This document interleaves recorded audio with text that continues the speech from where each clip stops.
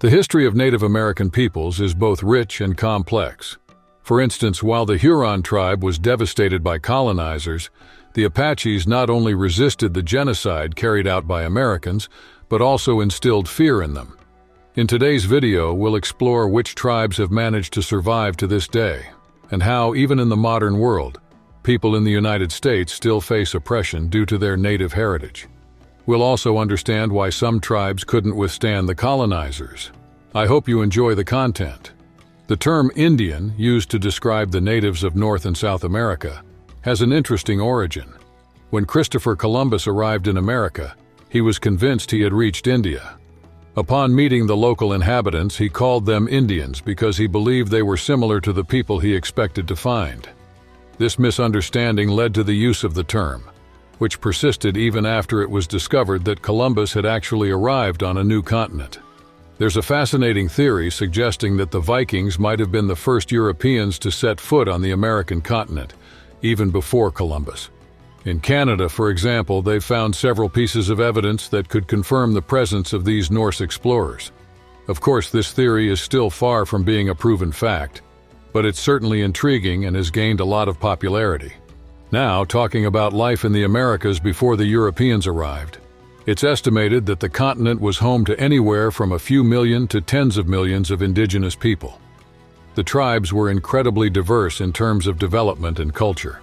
The main way to differentiate one tribe from another was by the language and traditions each one maintained. These differences showed up in everything, from clothing to daily customs and how they interacted with one another. Some tribes were nomadic, living off hunting and gathering, while others were sedentary, with economies based on agriculture and raising animals. This cultural and social variety is a fascinating aspect of pre-colonial American history. Indigenous societies varied a lot in terms of social organization. In some, women were the leaders, while in others, men took charge. In some more advanced tribes, a class structure began to emerge. Political decisions were based on consensus. All tribe members could join important discussions, and their opinions were valued. Through debates, they found the best political solutions. The indigenous people followed an animist religion, believing that all elements of nature, like plants, animals, and stones, had spirits and souls. Before colonization, they were resistant to diseases from the continent. However, many diseases brought by Europeans caused significant mortality among the natives. Before Christopher Columbus arrived in the Americas in 1492, indigenous tribes lived relatively peacefully. Although small conflicts arose between communities, they rarely escalated into wars or genocides. However, with the arrival of Europeans, these tribes faced a devastating threat that nearly led to their extinction. Columbus initially believed he had reached India when he landed on the American islands. During his 4 expeditions, he brought back natives as well as new plants, gold, and bird feathers, modestly contributing to Spain's wealth, the country that sponsored him. Columbus's credibility began to be questioned in 1498, when Vasco da Gama found the actual sea route to India, making it clear that Columbus had made a mistake. As a consequence, in 1500, Columbus was arrested on the very islands he had explored and sent back to Spain. There, thanks to the intervention of some influential supporters, he was able to be freed after they appealed to the Queen. The colonization of the Caribbean islands started in 1502 and quickly proved problematic. The indigenous peoples living there didn't welcome the Europeans, who soon began to dominate and impose their control. This clash between colonizers and natives often turned into violent confrontations. From these islands, the Europeans expanded their presence to the American continent, bringing a series of atrocities with them. The situation for indigenous peoples worsened right after Christopher Columbus arrived in America. From his first voyages, Columbus was already taking natives back to Europe as slaves. As more colonizers arrived in the Caribbean islands, the living conditions for the natives deteriorated even further. The Europeans, who saw themselves as superior, never truly regarded the indigenous people as human beings. This pattern of dehumanization and exploitation, similar to what was seen in the African colonies, was brutally applied to the indigenous peoples of the Americas as well. Shortly after the Europeans arrived in 1520, the colonization of the Caribbean islands intensified. As a result of the ensuing conflicts, many of the island's natives lost their lives. In Haiti, for example, within the first few years after the colonizers arrived, around 15,000 natives were killed, and by the end of the 15th century, the indigenous population was nearly extinct. To replace the enslaved workers who died, natives from other islands were often brought to Haiti. The exact details of the horrors they experienced are largely unknown and left to speculation. In a particularly brutal episode in 1539, Francisco de Chaves devastated the kingdom of Cara Conchu Sieyes and is responsible for the death of 600 children, considered the largest recorded child massacre. The indigenous people continued to resist colonization, but this only escalated the conflicts. For instance, in 1598, as retaliation for the killing of 11 Spanish soldiers, a punitive expedition resulted in the death of approximately 800 indigenous people, and all men over 25 years old had one leg amputated. These episodes highlight the brutality with which the colonizers treated the native peoples. The European colonizers committed acts of extreme violence during the conquest of the Americas. For example, there are reports of Spaniards creating brutal games where they bet on whether they could split a native's body with a single sword blow. After these barbaric acts, the bodies of the indigenous people were disposed of in horrific ways, often being thrown to the dogs to eat. In one specific incident in 1637, English settlers attacked an indigenous village, and it's estimated that between 600 to 700 people were killed, many of them burned alive. But the challenges faced by the native peoples weren't limited to physical violence. They also suffered from diseases brought by the Europeans. In Europe, most people had already been exposed to diseases like the plague, flu, and smallpox, and had developed some resistance. However, the Native Americans had no knowledge or immunity against these diseases, leading to devastating outbreaks that decimated their populations. While these diseases were generally tolerable for the Europeans, they were often fatal for the indigenous peoples. The genocide of indigenous peoples in the Americas is a dark stain on the history of the United States, a tragedy that began long before the country's Declaration of Independence. During the nation's early years, European settlers and native peoples were in constant conflict, marked by an unequal struggle for land and survival.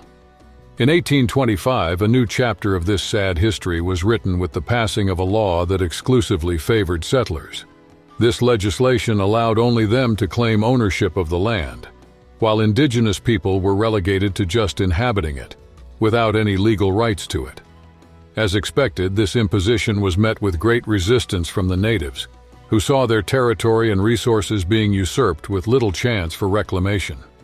The ensuing confrontations were marked by a terrible imbalance of power. The indigenous people, armed mainly with bows and arrows, faced a well-equipped army with rifles and cannons. This technological disparity left the natives at a great disadvantage, making their chances of victory nearly impossible. The frequency and violence of these clashes only highlight the brutality with which territorial expansion was carried out, often at the expense of innocent lives. The history of conflicts between Native Americans and European settlers is complex and marked by episodes of violence.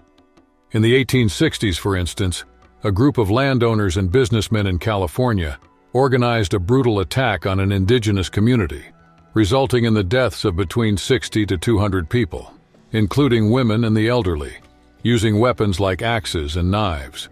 Moreover, settlers frequently took over the most fertile and resource-rich lands, ignoring the rights of the native peoples who already inhabited these areas. An example of this was the occupation of lands along the Amazon River, rich in minerals and other valuable resources, leading to constant conflicts with the local tribes.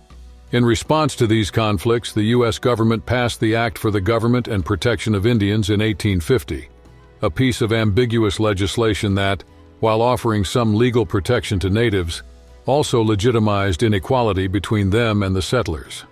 The law allowed indigenous people to live on private lands, but subjected them to various restrictions. To deal with indigenous resistance, the government invested in specialized police forces, but these measures often exacerbated the problems instead of solving them. Over the years, after much oppression and episodes of genocide, the indigenous tribes began to adapt to the new established order, but at a high cost, losing many of their traditions and customs in the process of assimilation. The reality of indigenous peoples today is quite different from the stereotype of villages and primitive weapons that many still imagine. Nowadays, most indigenous people use modern technologies like smartphones, drive cars, and have access to resources such as houses and bank accounts, living much like the average citizen.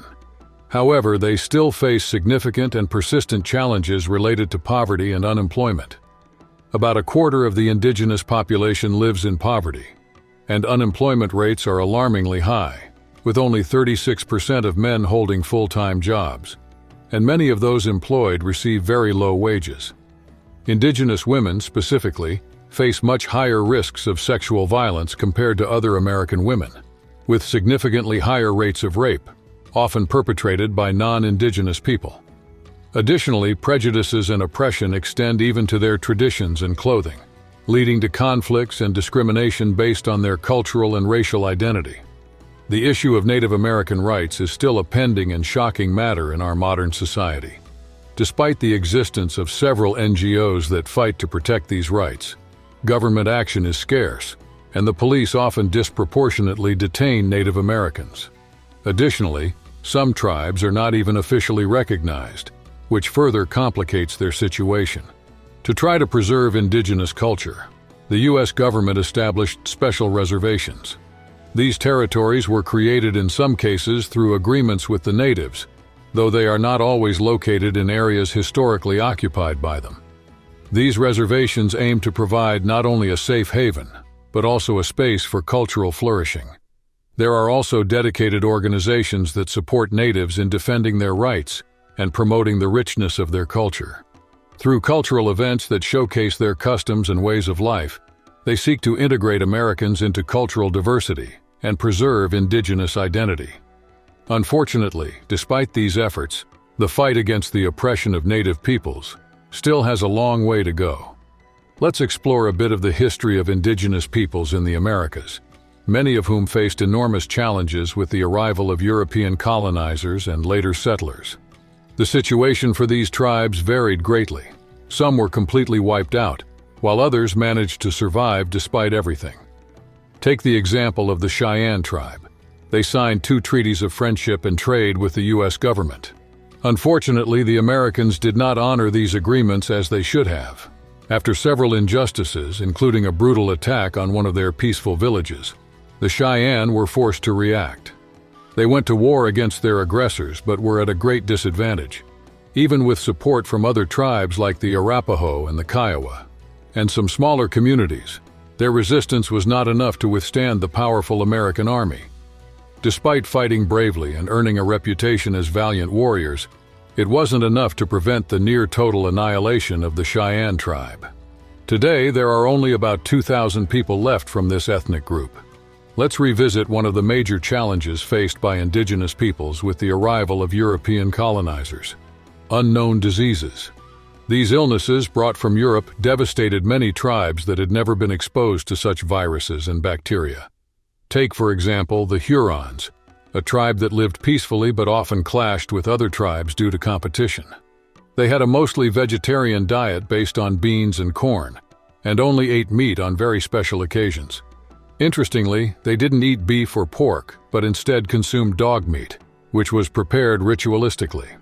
Unfortunately, this tribe was completely wiped out, a tragedy directly linked to the arrival of French missionaries who inadvertently introduced deadly diseases among them. Without immunity to these diseases, the Hurons had no way to resist. On the other hand, the Apaches, known for their fierce warrior spirit, managed to survive those dark times.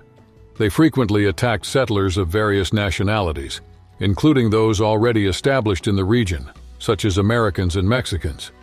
The Apaches' ability to defend their territory allowed them to resist both diseases and attempts at conquest and genocide. The Apaches were recognized as masters of guerrilla warfare, so much so that other tribes admired their skills. They were experts in surprise attacks, striking quickly and withdrawing before the enemy could react. Notable leaders emerged among them, such as Colorado, Ochez, Victoria, and Jew. Geronimo, perhaps the most famous of all, continued to resist the Americans even after many tribes were confined to reservations. Today, there are about 100,000 Apaches. As for the Iroquois, the name of the tribe doesn't come from the famous hairstyle, but from a word in their language that means vipers. They lived up to that name. When the first settlers arrived, the Iroquois were already one of the most advanced societies in the New World, with an economy based on agriculture and skills in various crafts. They were relatively peaceful with their neighbors, despite having a history of brutal conflicts, especially in the competition for fur hunting, where they often tortured their enemies. Interestingly, it was the women who led the families, indicating a matriarchal system. The Iroquois managed to survive attempts at extermination and various diseases, and today they number more than 100,000 members, making them one of the largest indigenous tribes today. I hope you enjoyed learning a bit more about these fascinating indigenous cultures. See you in the next video.